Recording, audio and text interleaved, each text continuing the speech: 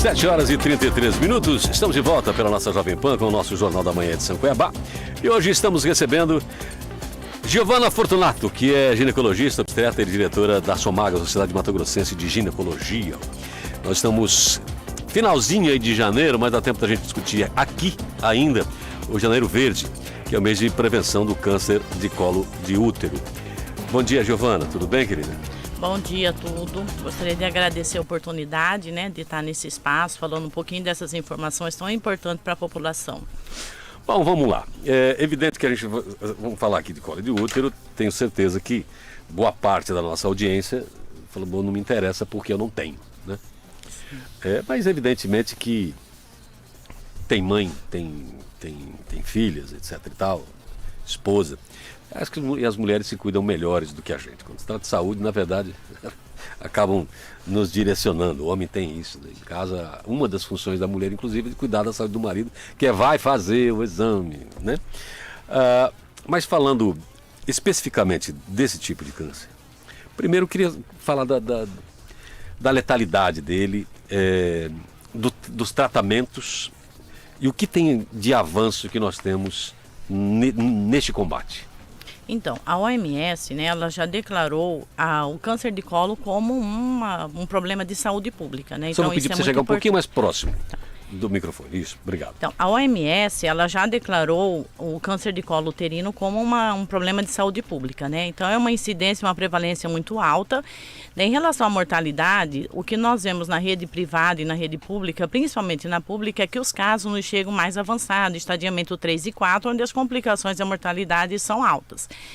Que cerca de 60% dessas pacientes, já em estudos, elas chegam em quadro mais avançado, né?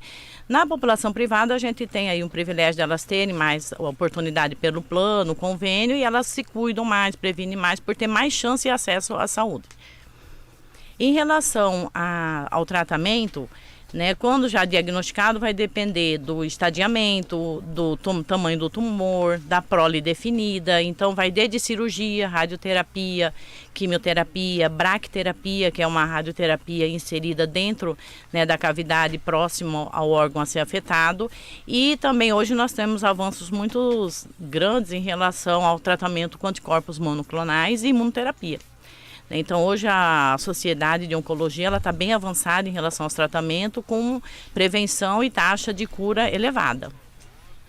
No cuidado, na rede pública tem um limite de idade, etc e tal, que é o recomendável.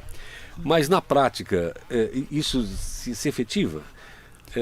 É aconselhável buscar somente nessas idades recomendadas pelo Ministério da Saúde? Olha, eu como ginecologista já tenho um tempinho aí de atendimento, de assistência à população feminina. O que nós observamos? Pelas diretrizes do Ministério da Saúde, as pacientes têm acesso ao Papa Nicolau entre 25 e 64 anos. Isso é o que é preconizado, mas não é bem isso que a gente observa, porque as pacientes hoje elas estão iniciando vida sexual ativa mais jovens, né? E nós sabemos que 70% desses cânceres são causados pela infecção do papilomavírus, que é de transmissão sexual. Então a gente acaba tendo que conduzir, a partir do momento que essas pacientes já iniciaram vida sexual, a gente fazer essa avaliação ginecológica e colher o Papa Nicolau. Então, no sistema privado e público, lá no Hospital Júlio Miro, nós fazemos exame ginecológico nessas pacientes, independente da idade, a partir do momento que iniciou a vida sexual. E a incidência em jovens? A incidência é alta, em relação às lesões pré-malignas, que são NIC1, NIC2, NIC3, e que são causadas pelo HPV.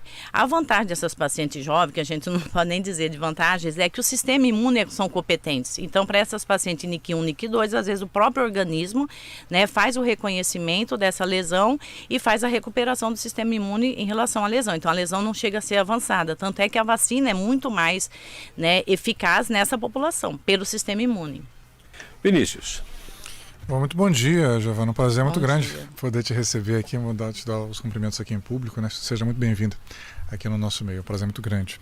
O que eu quero te perguntar, minha amiga, falamos do tratamento, né? Mas a saúde é hábito, né? Também é comportamento, né? Sim. Quais são os fatores de risco? Quer dizer, estresse, cansaço também, dupla, até, as mulheres têm tido até tripla jornada, né? Jornada doméstica, trabalho, muitas estudam às vezes ainda, né? Isso tudo pesa, né? Obesidade, hipertensão, o que realmente são fatores de risco para o desenvolvimento do câncer, né? Do colo de útero? Vinícius, tem alguns fatores de risco em relação ao câncer de colo, né? A maioria, claro, das vezes é a infecção pelo HPV. Mas hoje tem o tabagismo, né? O início precoce da vida sexual, a multiplicidade de fator de parceiros, né? Parceiros múltiplos, as relações sem preservativo, sem proteção, sem o condom, né? A obesidade, o uso prolongado de anticoncepcional, né? E a situação de estresse. O estresse, ele tá inserido aí pelo alto índice do cortisol. Então, isso abaixa o sistema imune, e esse sistema imune, uma vez ela contaminada pelo HPV ou pelo fator de risco, ela pode vir a desenvolver essa lesão pré-maligna do câncer de colo uterino. Obesidade, então, é um dos fatores? Obesidade, sim. Olha só, tabagismo, né? Tabagismo, também, sim. Ou seja, paciente que fuma, né? Então tem mais tem essa... alteração vascular. Uhum. E assim, em relação à iniciação sexual, talvez não seja tanto, porque antigamente as mulheres casavam com 13, 14 anos, né? Talvez seja a diversidade de parceiros, a como você diversidade colocou, parceiro, né? E assim, o não cuidado, né? Em relação à atividade sexual, a não proteção. Porque hoje, assim, eles são tudo muito casados, né? A proteção, a vacina, a prevenção, né? Então, isso aí impediria dessas pacientes contaminarem pelo vírus, já que 70% da causa do câncer é o vírus, né? HPV. E não só câncer de colo uterino, né? O câncer anal, o câncer de orofaringe pelo HPV, né? De cabeça e pescoço, lesão de cabeça e pescoço. Então, é uma gama aí de fator de contaminação. Só lembrando que o preservativo é distribuído nas UBS, nas UBS. SUS, uhum. Mas eu acho que é mais a questão de educação sexual, sim. O Brasil, eu acho que ainda precisa muito trabalhar isso na rede pública, a rede privada também. A gente vê nossos pacientes na rede privada que não fazem uso de preservativo. Né? Então, acho que isso tinha que ser uma coisa mais de educação sexual mesmo, uma campanha grande de prevenção, porque quando detectado precocemente, você tem altas taxas de cura. Né? Então, essa mulher não deixaria de ir para complicação ou mortalidade. Você falou, Giovana, sobre o uso de anticoncepcional. Eles também avançaram em tecnologia, etc. e tal. Temos os mais e menos prejudiciais no caso, ou não? Ou é um fator de risco mesmo? E por quanto tempo? E como que a pessoa pode driblar isso?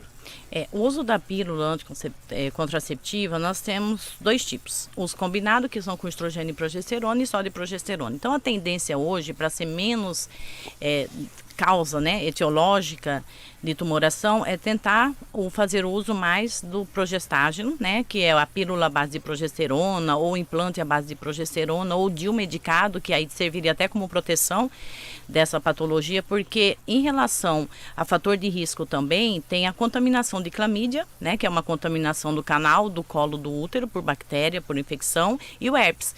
Então, hoje, esse DIU medicado de progesterona, ele teria uma proteção dessas infecções genitais baixas e infecções uterinas. Então, seria como um fator até protetivo, né? Então, o que você disse que os novos medicamentos não são prejudiciais? Isso. Uhum. E assim, a longo prazo, nós temos esses DIUs, né? Que são o dispositivo intraútero de longa duração. A tendência é usar de 5 a 7 anos e depois faz-se a troca. É uma medicação segura e é uma medicação só com progestágeno. Seria um fator protetivo aí, né? E não entraria como etiologia. É aconselhável alternar? Sim, pode. Depende da individualidade de cada caso. Uhum. Para os homens está chegando essa responsabilidade também, né? Sim. Não só como o preservativo, que é uma questão de cuidado mesmo, até, de outras doenças e etc e tal, não só de preservativo para anticoncepcional, né?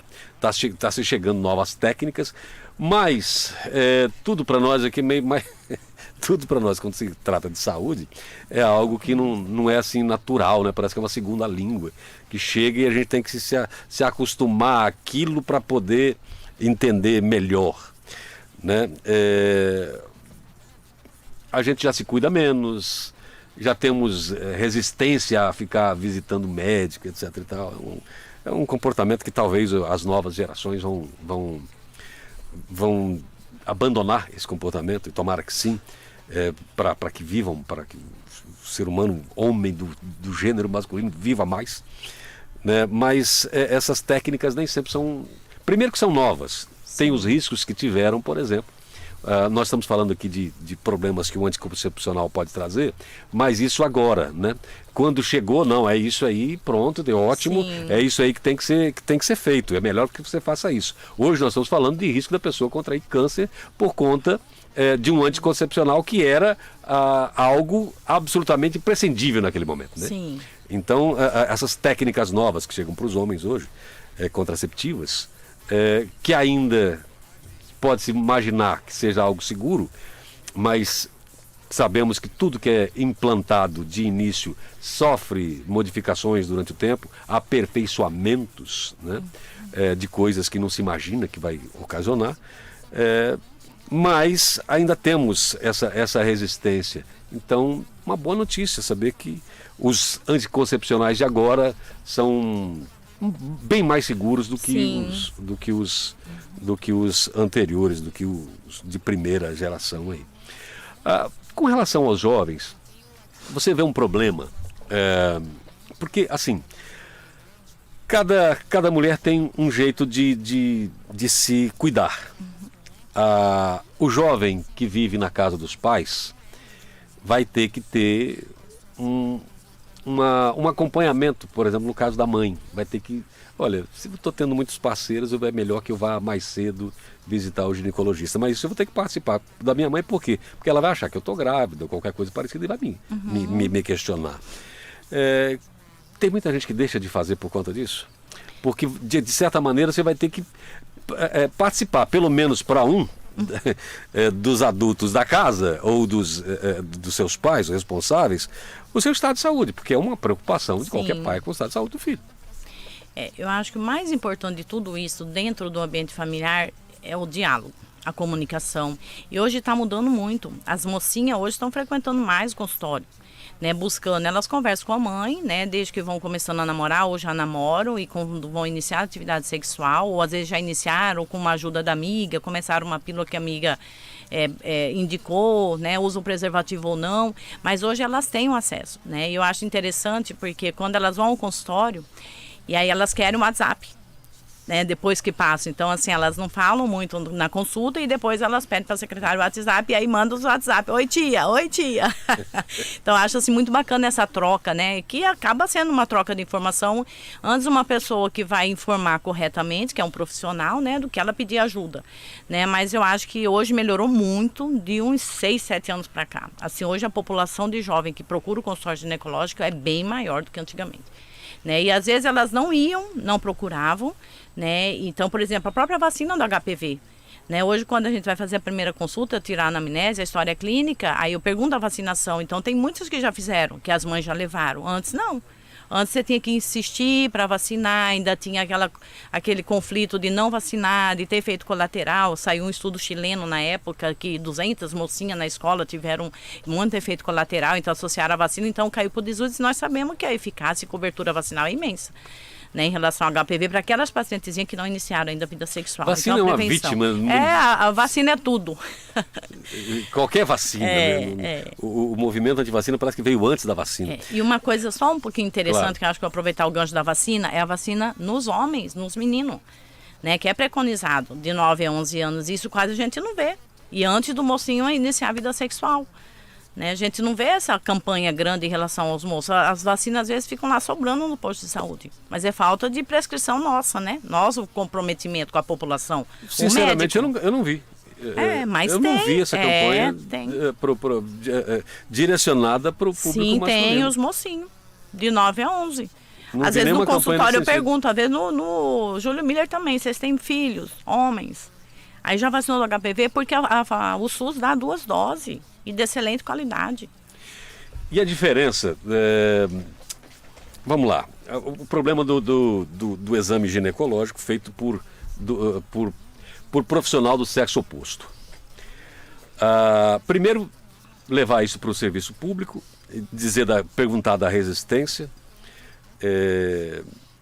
e dos casos que aparecem de abusos, né, dentro de consultórios, sejam eles públicos ou privados, né?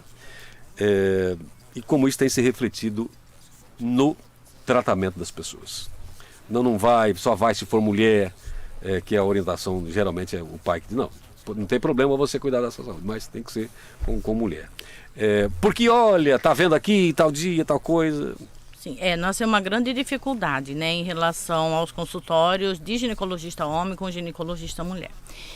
Então, porque elas ficam, além de ficar mais à vontade, elas ficam mais seguras. Por tudo isso que tem repercussão na mídia, a gente tem uma dificuldade de abuso mesmo, né? Então, elas têm uma certa resistência de procurar. E por isso que eu acho que nós, nesse tempo, por ser mulheres ginecologistas, nós temos a obrigação de abraçar a causa e esse acolhimento, né? Então, mas tem vários consultórios, porque assim, quando tem consultório, ou a mesma aqui no Hospital Júlio Miller, quando o residente masculino, né, entra para atender, tem que ter ou a professora, ou o residente, ou a funcionária, ou a enfermeira, né, junto para dar esse suporte, porque realmente as pacientes ficam um pouquinho assim constrangidas. Vinícius. Essa foi boa, né, Paulo? Não tem problema você cuidar da saúde, né? Não tem problema que seja. Desde que... Não, é como se precisasse falar que não tem problema, óbvio, né? Mas, não, eu deixo você cuidar da sua saúde. Olha o machismo, né? O patriarcado. Não é porque ele não cuida, né? Não cuida, e desde que cuide, mas que seja com a mulher. E ele tá lá brigando com a mulher para não ir. Aí a filha fala, eu quero ir, você não vai? Não, você não vai porque é um homem que tá lá. Sim. Não tem problema, né? Isso mesmo. O que eu quero te perguntar, Giovana, também, o tratamento, né? Que para muita, de forma geral, o tratamento do câncer evoluiu muito, felizmente, né? Até tempos atrás era uma sentença de morte, né? Sim. O câncer, tanto que muita gente não falava, vai falar CA, né? Até hoje muita gente não se refere àquela doença. Doença grave. Ele tá com doença fala grave. o nome. Não menciona, exatamente. Então, muita gente evita até pelos tratamentos, sobretudo a quimioterapia, né? Que é um tratamento muito agressivo, né? E como que é? Realmente, houve o diagnóstico de câncer de colo de útero, né? Como é que se dá o tratamento? Quando você tem um diagnóstico, porque são 3 pilares, né? É o preventivo, o Papa Nicolau, aí se vê alguma lesão, faz a colposcopia, que é uma lesão, uma avaliação com uma lente de aumento para ver a lesão, e a biópsia dirigida. Então, ela fez a biópsia, comprovou com o anato patológico o tumor de câncer de colo, aí vai fazer o estadiamento. Aí são vários exames complementares para ver se a doença é inicial, se a doença é avançada ou se é invasiva com metástase. A partir do momento que você tem esse diagnóstico do estadiamento, aí você vai fazer o tratamento indicado. A maioria das vezes, quando são iniciais, cirurgia resolve. Alguns casos tem que fazer a quimioterapia prévia, a radioterapia prévia, coadjuvante, para depois fazer o procedimento cirúrgico. E nos casos mais avançados, às vezes não se tem mais muito o que fazer e acaba nem fazendo a cirurgia e fazendo a rádio e a quimio, né? E tem também agora os tratamentos inovadores, que eu acho que a Imuno veio para ficar, né? Porque ela vai certinho estudar aquela lesão, eles fazem o estudo genético e vai na célula-alvo, né? Então vamos supor que tem um tumor que tem muita vascularização, então vão dar uma medicação antiangiogênica para ter aquele comprometimento de não ter mais vaso ali, não nutrir o tumor e não crescer o tumor. Né, os anticorpos monoclonais, né, aumentam também, a imunoterapia aumenta o sistema imune daquela paciente para aquela imunidade ir lá contra as células tumorais. Acho que hoje nós temos grandes oportunidades aí e com sobrevida alta. E a retirada do útero, né? A esterectomia, tem casos que é tem recomendada casos, também? Sim, Vinícius. Aí a esterectomia, a gente entra num contrassenso assim, não... Porque o que vai mandar é o tratamento, o ato médico e a conduta da oncologia, né? Que é a especialidade. Mas a prole é importante e hoje as pacientes estão deixando para ter a maternidade mais avançada, né? Então a gente corre esse risco de fazer um diagnóstico precoce numa paciente que não tem filhos, né? Então aí hoje ainda tem aquele diagnóstico precoce que você faz um cone, tira só a área afetada e mantém um útero, né? Ou faz braditerapia e depois mantém um útero, né? Então hoje em dia a gente ainda tem essa chance, claro, se for inicial, não estou falando de doença avançada, de preservar o útero para aquelas pacientes que desejam gestar. Muito bem, 7h51, quero agradecer aqui a ginecologista e obstetra Giovana Fortunato pelo papo, pela conversa, obrigado pelo tempo que dispôs pela gente. Esclarecedora, muito obrigado. Obrigado vocês, obrigado ouvinte, mais uma vez pela oportunidade de estar aqui. Obrigado, Vinícius, até amanhã.